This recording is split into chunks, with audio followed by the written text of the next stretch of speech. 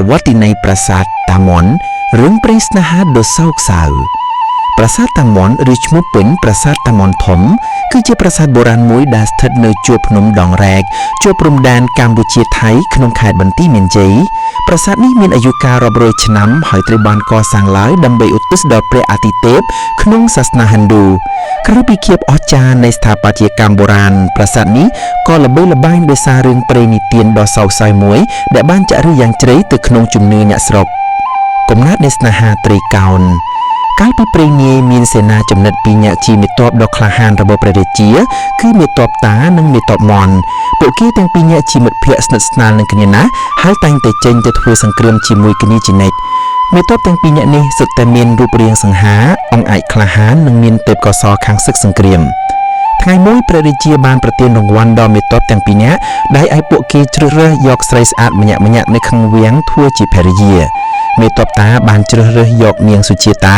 ដែលជានារីដ៏ស្រស់ស្អាតមានចិត្តស្លូតបូតចំណែកឯមេទ័ពមន់វិញគេក៏បានលួចស្រឡាញ់នាងសុជាតាដូចគ្នាតែមិនហ៊ានបង្ហាញឡើយព្រោះជាមិត្តភក្តិនឹងមេទ័ពតាបន្ទាប់ពីរៀបការលួចនាងសុជាតានិងមេទ័ពតាបានរស់នៅយ៉ាងមានសុភមង្គលតែមេទ័ពមន់នៅតែមិនអាចបំភ្លេចនាងសុជាតាបានឡើយហើយគេនៅតែលួចមានចិត្តស្រឡាញ់នាង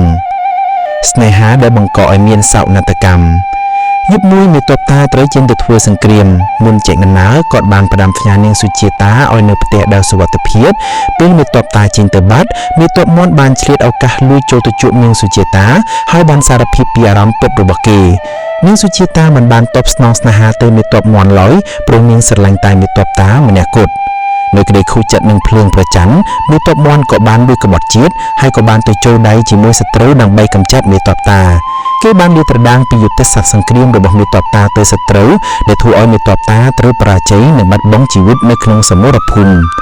ពេលដំណឹងនៃការស្លាប់របស់មេទ័ពតាទៅដល់នាងសុជាតានាងមានការឈឺចាប់យ៉ាងខ្លាំងរហូតសន្លប់បាត់ស្មារតីនៅពេលដែលនាងដឹងខ្លួនវិញនាងក៏បានដឹងថាមូលហេតុដែលប្តីរបស់នាងស្លាប់គឺដោយសារតែការក្បត់របស់មេទ័ពមន់នាងមានចិត្តឈឺចាប់និងស្អប់មេទ័ពមន់យ៉ាងខ្លាំងកំណើតប្រាសាទតាមុននាងសុជាតាបានសម្រេចចិត្តទៅសងសឹកឲ្យប្តីរបស់នាងបានទៅដំណើរទៅកាន់សមរភូមិដែលមេទ័ពតាស្លាប់ពេលទៅដល់នាងបានឃើញវិញ្ញាណរបស់មេទ័ពតាដែលនៅតែវិលវល់មិនអាចទៅចាប់កំណើតបាននាងបានបួងសួងទៅទេវតាសូមឲ្យមានកម្លាំងដើម្បីសងសឹកនាងសុជាតាបានជួបមេទ័ពមន់នៅក្នុងព្រៃជ្រៅមួយនាងបានប្រយុទ្ធជាមួយគេយ៉ាងក្លាហានប៉ុន្តែដោយសារតែនាងជាស្ត្រីហើយមេទ័ពមន់ជាបុរសខ្លាំងពូកែនាងមិនអាចយកឈ្នះគេបានឡើយពេលដែលមេទ័ពមន់ហៀបទាំងសម្លាប់នាងស្រាប់តែមានរន្ទះបាញ់មកលើពួកគេទាំងពីរពួកគេបានស្លាប់បាត់បង់ជីវិតទាំងអស់គ្នាអ្នកភូមិបានដឹងរឿងនេះក៏នាំគ្នាទៅយកសាកសពរបស់ពួកគេ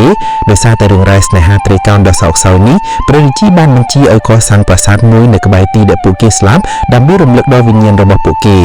ប្រាសាទនោះត្រូវបានដាក់ឈ្មោះថាប្រាសាទតាមុនដែលយកតាមឈ្មោះមេទ័ពទាំងពីរប្រាសាទតាមុនគឺជាទីសក្ការៈបូជាសម្រាប់អ្នកស្រុកដែលជឿថាវិញ្ញាណរបស់ពួកគេនៅតែស្ថិតនៅទីនោះ